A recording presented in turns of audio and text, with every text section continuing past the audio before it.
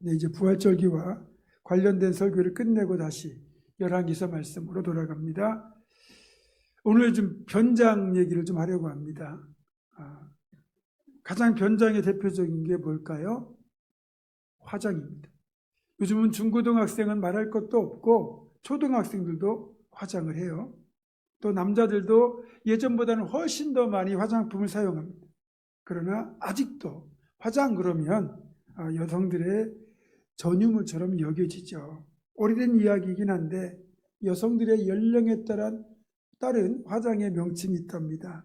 들어보셨겠지만 20대는 치장, 30대는 분장, 40대는 변장, 50대는 위장, 60대는 포장, 70대는 환장, 80대는 끝장이라고 합니다.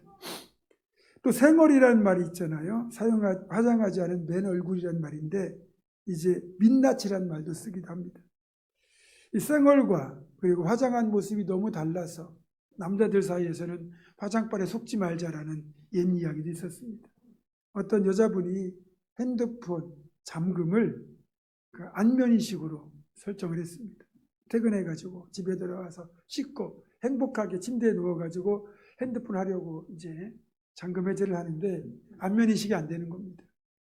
어쩔 수 없이 다시 풀 메이크업을 하고 그리고 그래서야 핸드폰에 안면인식을 해서 핸드폰을 사용할 수 있었다. 화장한 얼굴 예쁘고 좋습니다. 그러나 본래 자신의 모습인 민낯, 생얼과는 다르기 때문에 엄밀하게 말하면 변장에 해당한다고 할 수 있어요. 그러나 화장만 변장일까요? 여러분, 머리 염색도 일종의 변장이고 눈썹 문신, 또 성형수술, 주름 제거, 쌍꺼풀, 보톡스까지 자신의 본래 모습을 다르게 만들기 때문에 변장에 해당합니다. 그러나 이런 것은 젊어 보이고 아름다워 보이려는 사람의 본질적 욕망이고 또 이런 변장은 본인도 기분 좋지만 또 보는 사람, 상대방도 기분 좋게 만드니까 좋은 변장에 해당합니다. 문제는 다른 사람을 속이기 위한 변장, 속으로는 다른 욕심을 품고 겉으로는 전혀 아닌 척하는, 그래서 남을 속이기 위한 그런 변장이 진짜 변장, 위험한 변장이라고 할 수 있습니다. 성경을 보면 변장이 종종 등장합니다. 그러나 변장을 했다가 좋은 결과로 이어진 적은 거의 없습니다. 성경에 변장하는 변장의 원조는 바로 야곱입니다. 창세기 17장을 보면 야곱이 아버지 이삭에게서 장자의 축복을 받고 싶은 마음에 변장을 하죠. 야곱은 장자가 아니라 차자입니다. 처남입니다. 그런데 이 장자의 축복을 받고 싶은 마음에 변장을 하게 되는데 이때는 아버지 이삭이 노년이 되어가지고 시력을 잃은 상태입니다. 거의 앞을 보지 못하기 때문에 그래서 목소리와 냄새, 촉감만으로 사람을 구별할 수 있었습니다. 그러나 아버지를 속이기 위해 야곱이 형 에서의 옷을 입어서 냄새를 감추고 또 염소털로 된 가죽을 팔에 둘러서 털이 많은 형처럼 아버지의 촉각을 속이고 결국 축복을 받아내는데 성공합니다.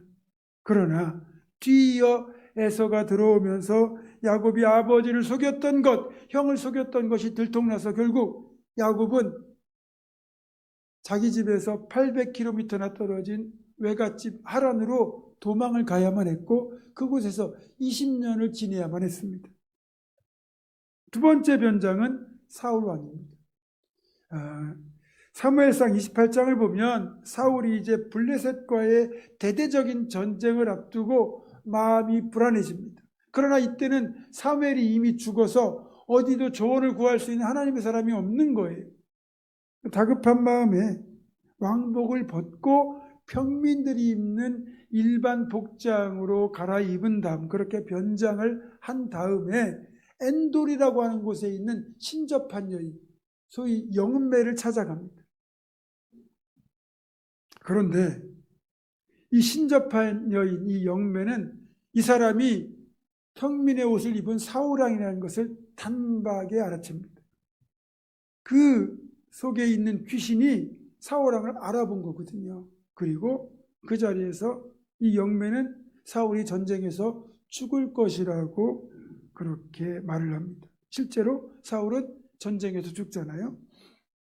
귀신도 변장한 사람을 알아보는데 하물며 우리 하나님을 속일 수 있다? 그건 불가능한 거죠. 세 번째 경우는 열왕기상 14장에 나옵니다. 북왕국의 첫 번째 왕이었던 여로보암이 하나님의 은혜를 저버리고 우상숭배와 제기를 행하니까 하나님이 그에게 징계를 내려서 그의 아들 아비야가 죽게 만드셨습니다. 병들어 죽게 만드셨어요.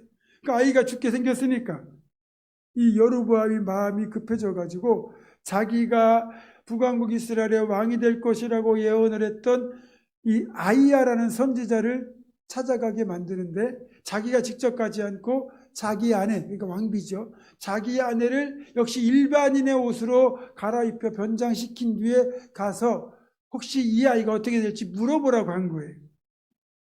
이때는 아이야가 역시 눈이 멀었을 때거든요. 그러니까 사람을 몰라볼 때입니다.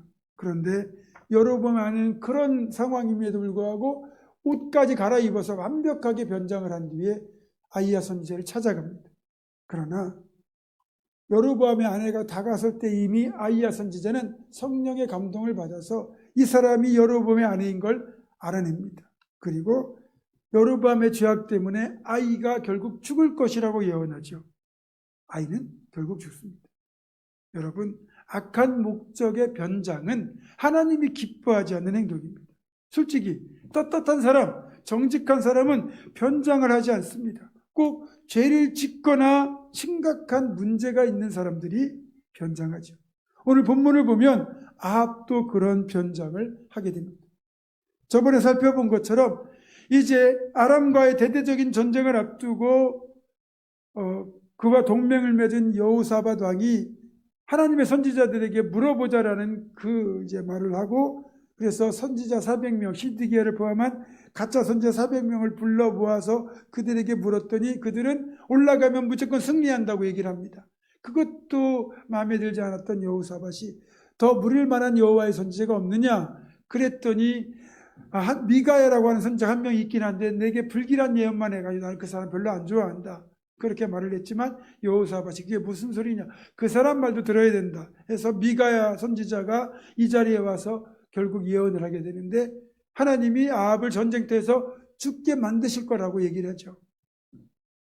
어쨌든 그런 미가야 선지자의 예언이 있음에도 불구하고 아합과 여호사밧은 그 하나님의 메시지를 무시하고 결국 아람과의 전쟁에 나서게 됩니다. 그런데 그렇게 미가야의 말을 무시하는 아합이었지만 그 미가야 선지자의 말이 마음에 걸렸는지 꼼수를 씁니다. 자신의 왕복을 벗어서 여호사밧에게 입힙니다. 그리고 자신은 일반 병사의 옷으로 갈아입습니다. 그러니까 아람의 적들이 알아채지 못하게 완벽하게 변장을 한 거죠. 이때 아람의 왕 베나닷은 자기 군대의 병거 부대를 지휘하는 지휘관 32명에게 특명을 내립니다. 너희들은 다른 병사들과 싸우지 말고 무조건 이스라엘 왕만 찾아서 그를 추격하여 죽여라. 결국 이 병거 부대의 포위에 아합으로 변장했던 여호사밧이 죽을 위기에 놓였지만 그 마지막 순간에 하나님의 긍휼이 임하여 지휘관 중 한 명이 이 사람이 아합이 아니란 걸 알아채고 결국 여호사밧을 추격하는 걸 포기하죠. 그래서 여호사밧은 위기를 넘겼고 어쨌든 아합은 그렇게 깜짝같이 변장을 해서 사람들을 속이고 있었습니다. 그러나 하나님께서 지금 아합을 심판하시기로 작정하셨는데 그런 아합의 꼼수가 통하겠습니까? 아합은 자신의 지혜로 하나님의 계획을 막으려고 한 거예요. 그래서 완벽하게 일반 병사의 복장으로 자신을 변장시켰고 또 대신에 여호사밧을 자신처럼 보이게 하는 전략을 씀으로써 아합의 계획이 1차적으로는 성공하는 듯 보였어요. 그런데 기가 막힌 반전이 일어납니다.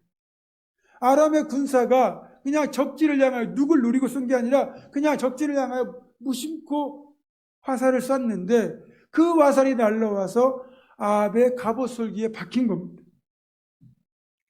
아합인 줄 알고 화살을 쏜 게 아니에요. 그냥 적을 향하여 무작정 쏜 겁니다.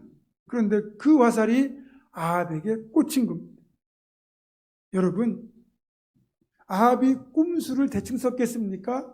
아합은요, 일반 병사의 갑옷을 입었다 치더라도 그것을요, 일반 병사의 갑옷처럼 보일 뿐이지 정말로 튼튼하고 완벽하게 소위 말하는 리폼을 했을 겁니다. 그래서 웬만한 화살 정도는 다 막아낼 수 있을 정도로 튼튼한 갑옷을 만들었어요. 그런데 이 화살이 어디에 박혔느냐? 갑옷과 갑옷을 이어붙이는 그 틈새, 갑옷 솔기라고 되어 있는데 그게 뭐냐면 이렇게 움직이려면 여기는 겹치는 부분이죠. 그러니까 이렇게 내리고 있으면 여기가 드러나지 않지만 팔을 벌리면 이만큼 틈이 벌어지겠죠. 이게 갑옷 솔기입니다. 그러니까 이 갑옷 솔기 사이에 기가 막히게 화살이 깊이 박힌 겁니다. 하나님은 이 갑옷 사이에 벌어지는 틈, 아합이 팔을 들었을 때 생겨난 그 틈 사이로 화살이 박히게 만드신 거예요. 이게 아합이 완벽하게 무장을 한 것 같지만 그게 바로 아합의 아킬레스건이었어요. 여러분 아킬레스건 들어보셨잖아요. 이게 여러분 종아리 뒤에 장단지 그 근육 두꺼운 거 있죠. 그것과 이 발목 그 뒤꿈치를 연결시켜주는 힘줄이에요. 만약에 이 힘줄이 끊어지면 달리기도 못하고요. 뛰지도 못합니다. 높이 뛰지를 못합니다. 그런데 이 튼튼한 이 힘줄에 아킬레스건이라는 이름이 붙은 유래가 있어요. 그리스 로마 신화를 보면 이 아킬레스라는 아들을 이제 낳은 그의 어머니가 그 스틱스라고 하는 강, 스틱스라는 이름의 강에 아이를 어렸을 때 물에 담그면 그 몸이 칼이나 화살이 박히지 않는 아주 튼튼한 몸이 된다는 거예요. 그래서 아이가 갓난아이였을 때 아이의 발목을 이렇게 잡고 아이를 물에 담갔다가 꺼냈습니다. 그러다 보니까 온몸이 물에 담겨서 말 그대로 이 불침의 몸이 되었는데 아무것도 찌르지 않는 몸이 되었는데 엄마가 잡고 있던 그 발목, 발뒤꿈치의 발목은 이 물이 묻지 않아가지고 여기가 유일한 약점이었다는 거죠. 여러분 트로이라는 영화를 보시면 그 브래드 피트가 이 아킬레스로 이제 주연을 하게 되는데 언제 죽느냐? 나중에 트로이를 정복하다가 트로이의 왕자가 쏜 화살이 발뒤꿈치에 박혀가지고 죽게 됩니다. 이게 아킬레스건이에요. 그래서 이때부터 사람에게 있는 유일한 약점, 치명적인 약점을 말할 때 아킬레스건이다 이런 말을 하거든요. 아합이 비록 일반 병사의 옷을 입었어도 그의 갑옷을 정말 튼튼하게 리폼을 했기 때문에 철저히 자기 몸을 완벽하게 지킬 수 있는 무장을 한 상태였어요. 그러나 이 갑옷과 갑옷을 이어붙이는 그래서 팔의 움직임 때문에 잠시 벌어질 수밖에 없는 그 틈 사이 그 아킬레스건으로 화살이 깊이 박힌 겁니다. 아합은 전쟁터를 빠져나오지 못한 채 피를 흘리며 싸우다가 결국 해질녘에 죽습니다. 여러분 누가 하나님의 손길을 벗어날 수 있겠습니까? 누가 하나님의 눈길을 피할 수 있겠습니까? 제 아무리 변작의 대가를 할지라도 결코 하나님을 속일 수는 없습니다. 그래서 적어도 우리가 기억해야 될 한 가지는 뭐냐면 하나님 앞에서만큼은 절대로 변장하지 말고 정직하자는 겁니다. 그리고 하나님의 진노를 누가 피할 수 있겠습니까? 아무리 단단히 무장해도 하나님은 그것을 깨뜨리시고 진노를 내리시는 분이시라는 겁니다. 시편 139편 7절과 10절에서 시인은 이렇게 고백합니다. 내가 주의 영을 떠나 어디로 가며 주의 앞에서 어디로 피하리이까? 내가 하늘에 올라갈지라도 거기 계시며 스올에 내 자리를 펼지라도 거기 계시니이다. 내가 새벽 날개를 치며 바다 끝에 가서 거주할지라도 거기서도 주의 손이 나를 인도하시며 주의 오른손이 나를 붙드시리이다. 아멘. 우리가 어떻게 하나님을 피할 수 있겠습니까? 우리 하나님은 능력이 무한하시고 모든 것을 보시고 아시는 분이시며 어느 곳에나 계신 분이시며 모든 시간을 다 넘나드시는 분입니다. 특히 우리의 깊은 곳의 은밀한 생각까지도 다 알고 계시고 아무도 보지 않는 곳에 행하는 일까지도 다 지켜보시는 분입니다. 이런 하나님의 속성을 우리가 감안할 때 우리는 두 가지, 위로와 두려움을 동시에 가져야 됩니다. 위로가 되는 이유는 뭐겠습니까? 내가 어디를 가든지 그곳에 하나님이 계셔서 나를 지켜주시고 나를 인도하시기 때문입니다. 그리고 혹 내가 억울한 일을 당할 때 남들이 보지 못해서 내가 오해를 받을지 몰라도 하나님은 그 상황을 알고 계시기에 나의 억울함을 결국은 풀어주시는 분이기 때문에 위로가 된다는 겁니다. 반대로 두려움을 가져야 되는 이유는 뭐냐? 내가 아무리 사람들의 눈을 피하여 은밀하게 죄의 길을 행할지라도, 그래서 사람의 눈은 속일 수 있을지 몰라도 결코 우리 하나님의 눈은 속일 수가 없고 하나님의 감찰을 피할 수 없기 때문입니다. 그곳에서도 하나님 계시고 보고 계시거든요. 그렇기 때문에 우리는 죄의 유혹 앞에서 두려움을 품어야만 하는 겁니다.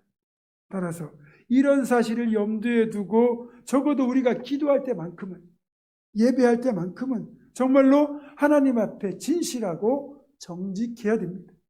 우리의 변장했던 갑옷, 사람들에게 보이려고 꾸몄던 모든 것 다 풀어놓고 내려놓고, 다시 말하면 겉과 속이 다른 우리의 모습, 죄악된 모습 다 하나님 앞에만큼은 있는 모습 그대로 내려놓고 내 모습 이대로 주받아 주시옵소서, 그렇게 기도하며 나아가야 된다는 거예요. 그럴 때 하나님의 은혜가 임합니다. 그럴 때 하나님의 긍휼이 임합니다. 변장하지 않고 정직하게 있는 모습 그대로 하나님 앞에 나아가시는 우리가 되기를 주님의 이름으로 축원합니다. 그리고 여러분 보세요. 아무도 몰라보게 완벽하게 변장을 했고 어떤 공격에도 끄덕없는 갑옷으로 무장을 했음에도 하나님은 아합의 갑옷 솔기 그 틈 사이로 아람 군사가 쏜 화살이 정확하게 박히도록 함으로써 아합에게 내리셨던 저주를 확실하게 이루셨습니다.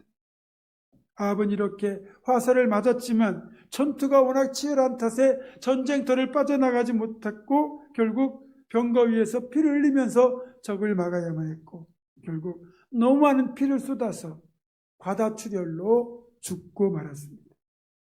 그렇게 그의 몸에서 흘러나온 피는 그의 갑옷을 적셨고 그가 탄 병거를 적셨고, 이것이 아합의 마지막이었습니다. 목회자가 되니까 장례식장에 조문을 많이 가게 됩니다. 조문만 아니라 장례를 집례할 때도 많은데 목사가 장례를 집례하면서 고인이 좋지 않은 일로 돌아가셨을 때는 사실 위로할 말이 별로 없습니다. 특별히 예수 믿지 않고 돌아가신 분 앞에서는 딱히 유족들을 위로할 말이 없어요. 사실 그래서 죽음은 복된 죽음이어야 되거든요. 복된 죽음의 첫 번째 조건은 예수 믿고 돌아가시는 겁니다. 이 땅의 삶을 어떻게 사느냐가 두 번째 내용이라면 가장 중요한 첫 번째 내용은 예수를 믿었느냐라는 거죠. 그러니까 아무리 가난하게 살고 힘들게 살고 때로는 병으로 인하여 돌아가셨다 할지라도 예수 믿고 돌아가셨다면 일단은 복된 죽음이에요. 그러나 이 죽음만큼은 우리 소관이 아니라 철저히 하나님의 주권에 속한 것입니다. 그러니까 우리가 복된 죽음을 맞이하고 싶어도, 그러니까 우리는 9988 233가요? 99세까지 팔팔하게 살다가 231을 앓고 죽는 것, 그런 꿈을 꾸지만 그것조차도 우리가 우리 마음대로 할 수 있는 건 아니에요. 물론 그렇게 되기를 기도하며 살아야 되겠죠. 이것도 하나님이 허락하셔야만 가능한 겁니다. 그래서 겉으로 볼 때는 비슷한 죽음이에요. 그러나 세상의 시각으로 볼 때는 안타깝거나 비참한 죽음으로 보이더라도 신앙적으로 보면 전혀 그렇지 않은 죽음도 있다는 겁니다. 예를 들어서 똑같이 십자가 처형을 당했는데 어떤 죽음은 소위 말하는 비참한 죽음이고 어떤 죽음은 복된 죽음이에요. 왜 그러느냐? 똑같이 십자가 처형을 당하고 있지만 우리 예수님은 죄 없으신 그분이 인류의 죄를 담당하시고 대속의 죽음을 십자가에서 죽으시고 있는 의로운 죽음인 거고, 양편에 달린 두 사형수는 흉악한 범죄를 저질러서 그렇게 흉악범으로 죽어가는 그런 자리거든요. 그러니까 비참한 죽음이죠. 쉽게 말해서 똑같아 보이는 죽음이지만 어떤 죽음은 개죽음이고 어떤 죽음은 복된 죽음이라는 거예요. 아합은 지금 전쟁터에서 싸우다가 죽었잖아요. 전사입니다. 우리로 말하면 유공자입니다. 그러나 그의 죽음은 죄송하지만 개죽음이고, 똑같이 전쟁터에서 싸우다 죽었는데 훗날 유다의 그 마지막 왕이라고 할 수 있는 이 요시야는 복된 죽음이라고 할 수 있거든요. 왜 그러느냐? 성경의 평가가 정반대로 나타나고 있어요. 아합은 자기가 저지른 죄악과 하나님의 말씀을 무시한 것 때문에 스스로 하나님의 저주를 받아 죽은 비참한 죽음이에요. 개죽음이에요. 그러나 요시야 같은 경우는 사실 오랫동안 우상 숭배로 점철됐던 남왕국 유다를 종교개혁을 통하여 새롭게 하고, 그리고 하나님 말씀대로 살고자 몸부림치던 그였지만 이전 므낫세 때부터 이어졌던 그 심한 죄악 때문에 하나님이 결국 유다 왕국을 멸하기로 작정하셨고, 그래서 요시야는 기쁘게 보셨지만 그 요시야가 행한 것으로는 하나님의 진노를 돌이킬 길이 없었고, 하나님이 긍휼히 여기신 요시야가 그래서 남왕국 유다의 멸망을 보지 않도록, 그러니까 멸망하기 전에 그를 전쟁터에서 죽게 하심으로 그의 삶을 마무리하신 거거든요. 그래서 성경은 하나님께서 요시야를 긍휼히 여기셔서 그에게 복된 죽음을 맞이하게 하셨다고 말하고 있는 겁니다.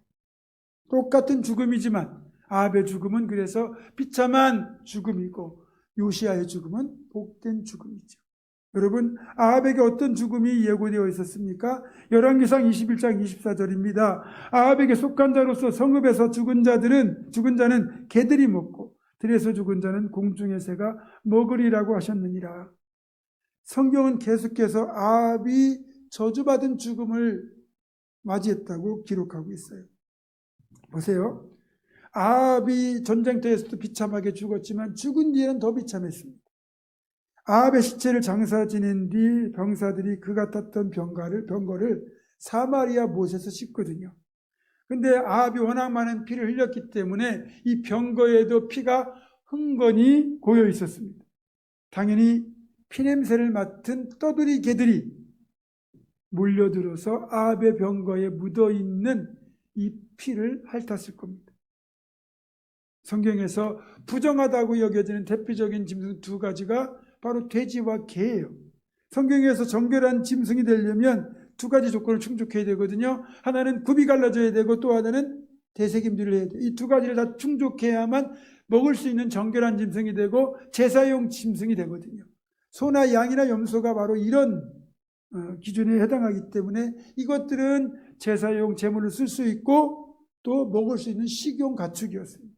그러나 돼지는 발굽은 갈라졌지만 대새김질을 하지 않기 때문에 부정한 짐승이었어요. 그리고 개는 아예 대새김질도 발굽이 갈라진 것도 아니기 때문에 아예 부정한 짐승의 대표죠. 그래서 이처럼 개나 돼지는 이 부정하고 더러운 짐승의 대표이기 때문에 누군가를 업신여기고 비난하고 욕할 때는 개나 돼지를 비유해서 그렇게 욕을 했었죠. 그런데 그런 개가 아합의 피까지 핥았다는 건 아합의 생명까지 저주를 받았다는 뜻입니다. 그리고 이 아합이 탔던 병거를 어디에 씻었느냐? 사마리아 못에서 씻었는데 이 사마리아 이 연못은 창기들이 목욕을 하는 곳이었다고 되어 있습니다.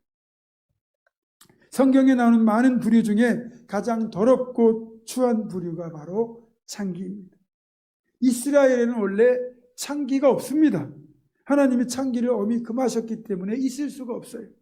그런데 창기들이 목욕하는 곳이 있었다는 게 무슨 뜻이겠습니까? 북왕국에 창기가 있었다는 거고, 그 당시 창기들은 몸만 전문적으로 파는 직업 여성이 아니라 우상의 신전에서 여자 사제로 있으면서 우상에게 제사를 드리러 온 남자들과 성적인 관계를 맺는 그런 사람들이었습니다. 그러니까 종교적으로나 도덕적으로나 가장 타락한 여자들이 바로 창기였던 겁니다. 따라서 사마리아 못이 창기들이 목욕하는 곳이었다는 이 내용에서 북왕국 이스라엘이 종교적으로 얼마나 타락했는지를, 또 도덕적으로 얼마나 타락했는지를 우리는 확인할 수 있습니다. 그런 창기들이 목욕을 한 물에 아합의 병거를 씻었다는 것은 아합의 죽음이 자신의 우상 숭배가 초래한 죽음이요 개처럼 비참한, 또 창기보다 더 더러운 죽음이었음을 보여주고 있는 것입니다. 사실 아합처럼 하나님께서 기회를 많이 주셨던 사람도 없어요. 최고의 선지자 엘리야를 통하여 아합에게 여호와 하나님만이 진정 하나님 되심을 몇 번이나 알려주셨잖아요. 엘리야가 내 말이 있기 전까지는 이스라엘에 비도 이슬도 내리지 않을 것이라는 그 말대로 3년 6개월 동안 비가 내리지 않았어요. 아합에게 나타나서 갈멜산 대교를 제안했고, 그리고 아합이 있는 자리에서 갈멜산 대교를 통하여 하나님께서 불을 내리심으로 여호와 하나님이 하나님 되심을 아합에게도 보여주셨습니다. 그리고 이어진 엘리야의 7번 간절한 기도를 통하여 또 하나님께서 비를 내리시는 전능하신 하나님심도 아합은 목격했습니다. 자기 앞에서 엘리야가 마차보다 빨리 달려가는 것도 보았습니다.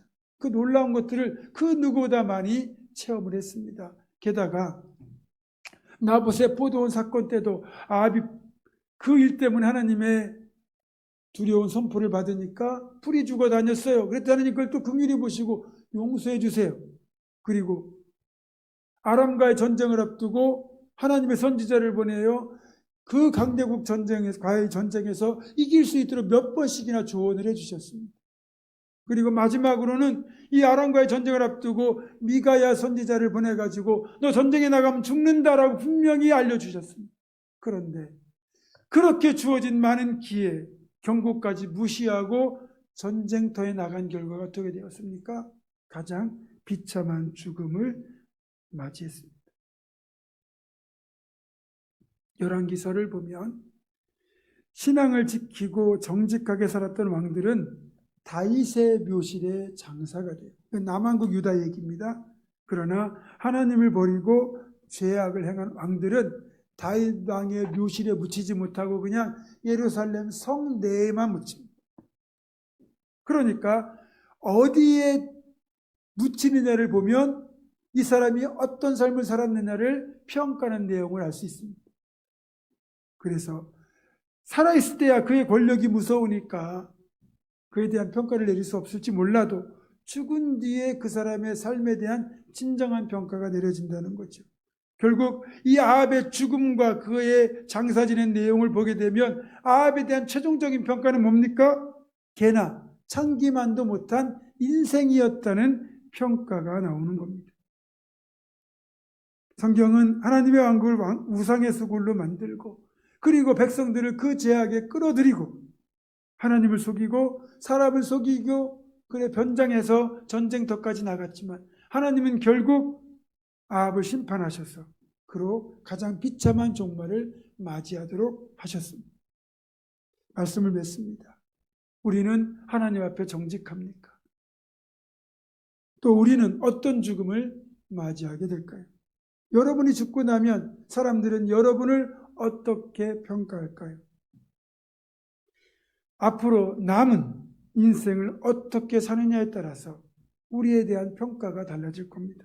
우리는 온전히 하나님을 경외함으로써 언젠가 이 땅의 삶을 마감하게 될 때 가장 아름답고 복된 마무리, 정말 잘 살았다고 하는 최고의 평가를 받을 수 있기를 주님의 이름으로 축원합니다.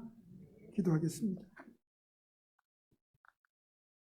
우리의 모든 것을 보시고 아시고 평가하신 하나님, 우리가 살아가는 모든 날들 속에서 하나님을 경외하고 의와 진리의 길로 정직하게 행함으로써 하나님께서 우리의 삶을 보시고 잘했다고 인정해 주시고 최종적으로 그런 복된 평가를 받는 삶을 최선을 다해 살아내는 우리가 되게 하여 주시옵소서. 우리 주 예수 그리스도의 이름으로 기도드립니다. 아멘.